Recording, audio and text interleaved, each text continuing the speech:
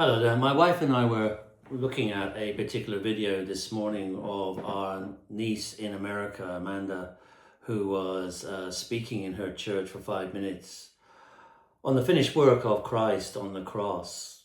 Those final few words that he spoke before he died, and the importance of those final words for us today and what they actually mean. And she came out with a few points that I want to share with you on this Easter weekend. One of the things that she said was that Jesus surrendered to the Father. He surrendered his will on that cross. He was willing to give himself for us. His whole will and his whole life was in the palms of God's hands, so to speak. And he was willing to surrender everything, even though he would cry out, "Father, why have you forsaken me?" Even though he would say, "It is finished." And we read those stories, don't we, in the Gospels, of those few words that Jesus spoke before he gave up his last breath. So the first thing that she said was that Jesus surrendered his will. He surrendered his life in order for the love of God to be seen and experienced for each and one of us. Second thing that she said was trust. She said that Jesus trusted in the Father's will. She trusted in the Father's word. She trusted in the Father's ability to be able to use the crucifixion as a love story to the world. For God so loved the world that he gave his one and only Son. So he trusted himself to the Father's will. And the third thing that she said was Jesus was intentional. He was intentional. He just didn't speak a good word. He just didn't say a good word, but he also demonstrated it in action.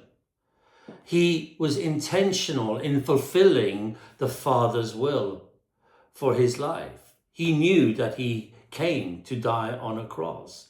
He understood the severity of what he would have to go through because of sin in the world.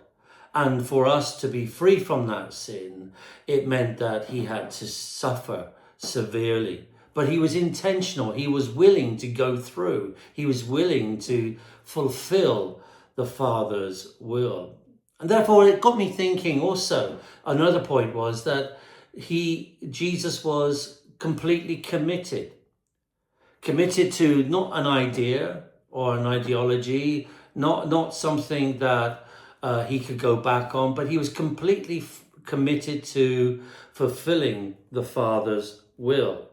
And so therefore we saw that. And therefore we can say today on this Easter Saturday, as we look forward to celebrating on tomorrow, and we shout out hallelujahs because Jesus is risen again, we can see that through Christ, the love of the Father has been made complete. So completion is another word. It is finished, Jesus said. Everything is completed. There is nothing more that can be done or will be done. There are no alternatives to be taken hold of. There are no extras. There is no other way that needs to be accomplished other than Christ's death on the cross for you and for me. He was led like a lamb to the slaughter. And I just want to bring that to you today and just say, bless you, have a great Easter, and I'll be speaking again soon. God bless you.